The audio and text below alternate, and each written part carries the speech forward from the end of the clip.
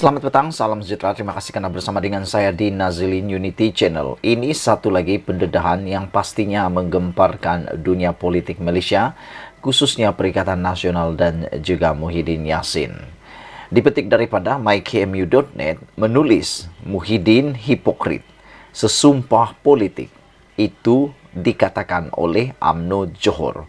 Sebelum kita teruskan ulasan pada petang ini yang memang panas super hot ini, sila tinggalkan komen anda tentang ulasan dan tajuk daripada mykmu.net ni. Apabila menulis Muhyiddin hipokrit, sesumpah politik. Apa maksud sesumpah politik dan mengapa Muhyiddin dikatakan hipokrit? Kerana ini adalah yang didedahkan atau didakwa oleh UMNO Johor. Kerana kita tahu sebelum ini Muhyiddin Yassin merupakan salah seorang daripada pemimpin UMNO Johor dan nama Muhyiddin naik menjadi ahli parlimen dan berkembang menjadi ahli politik Malaysia kerana parti yang beliau kini tinggalkan iaitu UMNO. UMNO Johor menyifatkan bekas timbalan Presiden Parti Tan Sri Muhyiddin Yassin sebagai sesumpah politik yang berbahaya dan harus ditolak oleh rakyat negara ini. Setiausahanya Datuk Abdul Halim Sulaiman berkata, ini kerana Presiden Parti Pribumi Bersatu Malaysia Bersatu itu akan bertindak dengan mengeluarkan kenyataan yang hanya menguntungkan dirinya, mengambil kira suasana politik semasa. Bila kita bercakap pasal bekas timbalan Presiden UMNO, Presiden Bersatu dan bekas Perdana Menteri, mungkin label paling tepat kepada Muhyiddin adalah manusia paling hipokrit, kata UMNO Johor. Apatahnya, dia sendiri bercakap tak serupa bikin, kata beliau. Dia boleh tuduh selepas 50 tahun, dia tak sangka UMNO boleh bekerjasama dengan DAP. Padahal, dia yang lebih dulu berjabat tangan, berpeluk mesra dengan pemimpin-pemimpin DAP seperti Lim Kit Siang dan Lim Guan Eng semasa bernafsu untuk jatuhkan kerajaan Barisan Nasional BN pada tahun 2018, kata mereka. Sebabkan dendam kepada UMNO yang berikan kesenangan kepada dia selama berpuluh-puluh tahun, Muhyiddin sanggup bersengkongkol dengan DAP semata-mata nak membalas dendam dan kemeruk berkuasa, katanya dalam satu kenyataan di sini hari ini.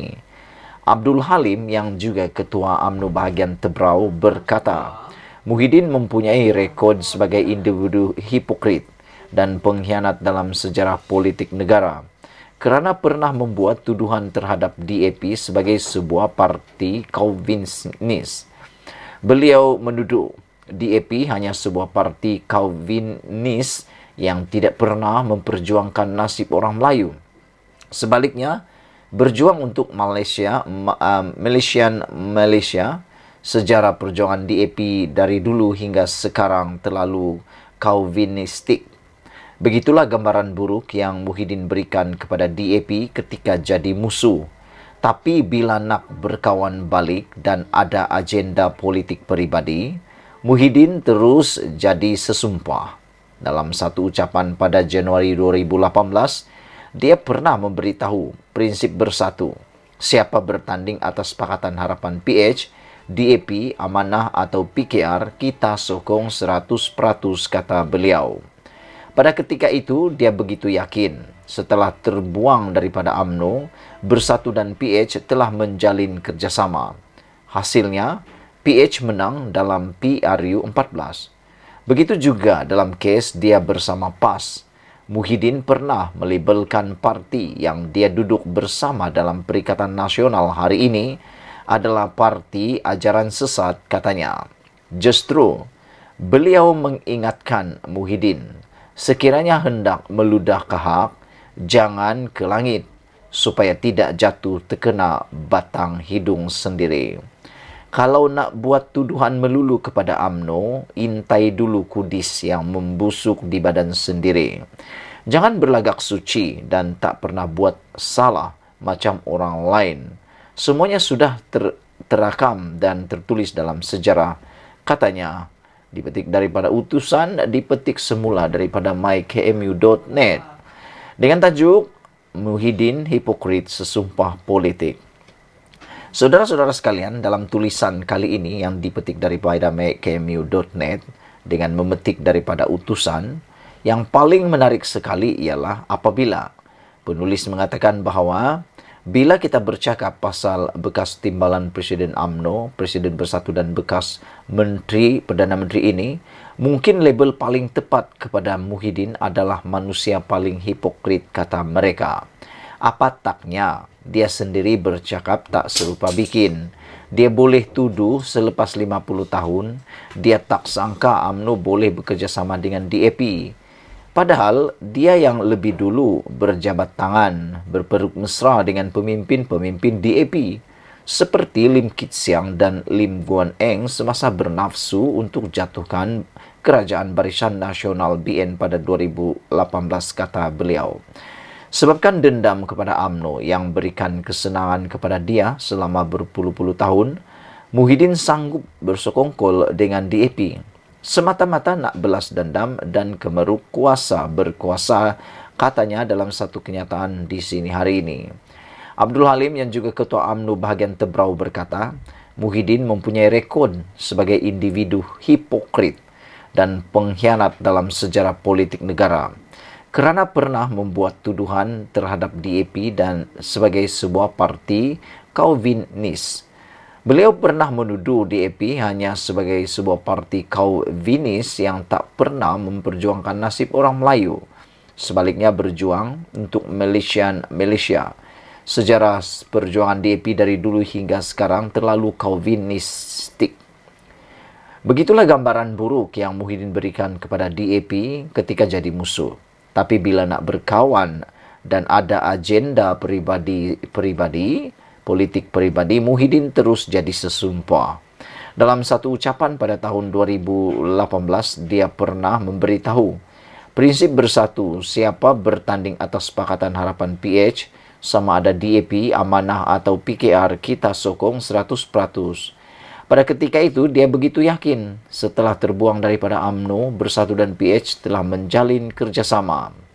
Hasilnya, PH menang pada PRU 14. Begitu juga dalam kes dia bersama PAS.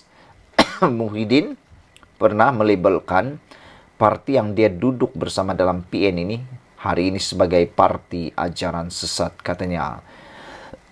Justru beliau mengingatkan, Muhyiddin sekiranya hendak meludah ke langit atau meludah kahak, jangan ludah ke langit supaya tidak jatuh terkena batang hidung sendiri, kata beliau. Kalau nak buat tuduhan melulu kepada UMNO, intai dulu kudis yang membusuk di badan sendiri.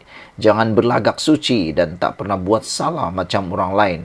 Semuanya sudah terakam dan tertulis dalam sejarah, katanya lagi. Sekian dulu untuk kali ini. Jangan lupa tinggalkan komen anda, tekan butang subscribe. Malaysia kita punya, kita juga sama-sama cintai Malaysiaku. Bye-bye. Selamat petang, salam sejahtera. Terima kasih kerana bersama dengan saya di Nazilin Unity Channel. Isu yang hangat petang ini yang anda harus ikuti dari awal sampai akhir ialah berkaitan dengan betapa kelakarnya Muhyiddin mahu jadi Perdana Menteri semula. Dipetik dari mykmu.net. Saudara-saudara, sebelum saya teruskan ulasan pada malam ini, jangan lupa tinggalkan dahulu komen anda dan tekan butang subscribe. Tekan butang subscribe itu percuma. Saudara-saudara sekalian, apa pendapat anda tentang keinginan Perdana Menteri yang dahulu ingin menjadi Perdana Menteri kali kedua?